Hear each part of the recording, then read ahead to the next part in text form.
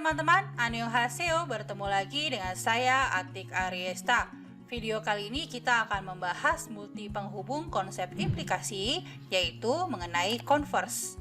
Sebelum kita lanjut, jangan lupa untuk subscribe channel ini dan klik tombol like. Converse merupakan salah satu multi penghubung konsep implikasi. Jadi untuk memahami converse, yang pertama kita lihat dulu bentuk implikasinya. Di sini ada sebuah implikasi, yaitu jika P maka Q. Untuk converse-nya hanya tinggal dibalik, yaitu jika Q maka P. Berarti bisa dapat dikatakan untuk converse adalah hanya menukar posisi antara proposisi pertama dengan proposisi kedua, atau antara variabel P dengan variabel Q. Untuk lebih memahami converse, kita lihat contoh ini. Terdapat satu buah variabel, yaitu variabel P, dengan proposisinya adalah Amir mempunyai mobil. Kemudian terdapat variabel Q dengan proposisinya adalah Amir orang kaya. Bentuk implikasinya yaitu jika P maka Q. Berarti jika P yaitu P isinya Amir mempunyai mobil, maka Q isinya adalah Amir orang kaya. Sedangkan untuk converse-nya, sebelumnya sudah dijelaskan converse hanya tinggal menukar posisi saja. Kalau implikasinya adalah jika P maka Q, maka converse-nya adalah jika Q maka P. Sehingga bunyinya jika Q yaitu berisi Amir orang kaya, maka P berisi adalah Amir mempunyai mobil. Jadi kalau dibaca jika Amir orang kaya, maka Amir mempunyai mobil. Mari kita lihat tabel kebenaran converse. Karena converse merupakan salah satu penghubung konsep implikasi, maka kita perbandingkan dulu bagaimana hasil implikasi dan juga hasil converse. Karena di sini hanya ada dua variabel, yaitu P dan Q, maka kolom yang pertama kita sediakan untuk variabel P, kolom yang kedua kita sediakan untuk variabel Q. Kemudian dari masing-masing variabel kita tentukan kombinasi yang bisa saja terjadi. Setelah kita mengisi variabel P dan variabel Q sesuai dengan kombinasinya, maka berikutnya kita akan mengisi kolom yang ketiga, yaitu implikasi PQ atau jika P maka Q. Untuk mengisinya, karena ini menggunakan simbol implikasi, teman-teman dapat memeriksa tabel kebenaran implikasi. Bagaimana kalau proposisi pertamanya true, implikasi proposisi keduanya true, apa hasil implikasinya? Atau teman-teman bisa ingat pengertian dari implikasi, di mana implikasi akan mendapatkan nilai salah jika nilai proposisi pertama bernilai benar dan nilai proposisi kedua bernilai salah. Jadi dapat kita lihat jika proposisi pertama bernilai benar dan proposisi kedua bernilai salah, maka ini akan menghasilkan salah. Jika lainnya, berarti selain bentuk seperti ini, hasilnya akan menghasilkan nilai benar.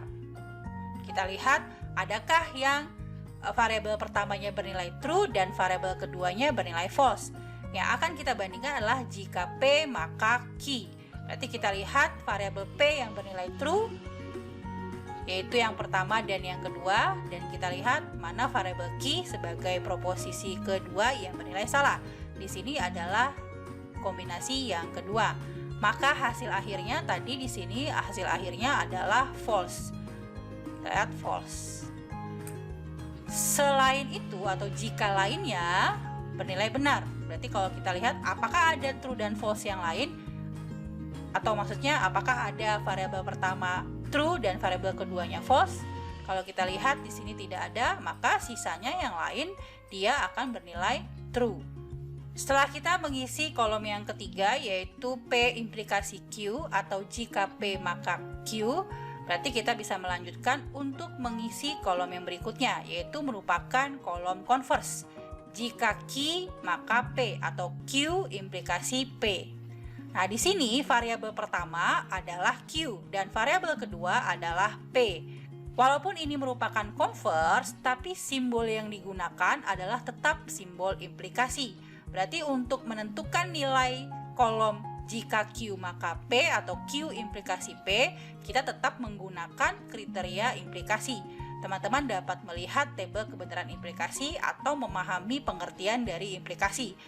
Tadi kuncinya adalah implikasi akan bernilai salah jika proposisi pertama bernilai benar dan proposisi kedua bernilai salah. Jadi tadi seperti sebelumnya, jika proposisi pertama bernilai benar dan proposisi kedua bernilai salah, maka hasil akhirnya tadi adalah salah. Selain ini tadi jika lainnya maka nilainya adalah true. Berarti kita periksa di sini. Ingat variabel pertama adalah Q dan variabel kedua adalah P. Berarti yang kita lihat adalah pada kolom variabel Q sebagai proposisi pertama. Berarti di sini kita lihat variabel pertama yaitu kolom key. Sesuai dengan ketentuannya kita cari mana variabel key yang bernilai true. Saya tandakan di sini yaitu kombinasi pertama dan kombinasi ketiga. Kemudian untuk proposisi kedua yaitu bernilai false. Kita lihat adakah proposisi kedua? Di sini proposisi kedua adalah variabel P. Jadi kita lihat, kita pasangkan di sini pertama true, yang P-nya adalah true, berarti bukan yang ini. Kemudian berikutnya true, di sini false. Berarti yang kita masukkan adalah untuk kombinasi ketiga. Hasilnya adalah false. Selain itu, jika lainnya maka nilainya adalah true. Maka yang lainnya di sini adalah nilainya true sesuai dengan implikasi. Jadi kesimpulannya, walaupun converse merupakan salah satu multi penghubung implikasi, tetap dia menggunakan simbol implikasi. Sehingga untuk menentukan nilai kebenarannya, kita tetap menggunakan nilai kebenaran dari tabel kebenaran implikasi. Sekian video kali ini mengenai converse. Semoga teman-teman dapat memahami salah satu jenis multi penghubung implikasi yaitu converse. Sampai bertemu di video berikutnya, jangan lupa untuk subscribe dan like video ini.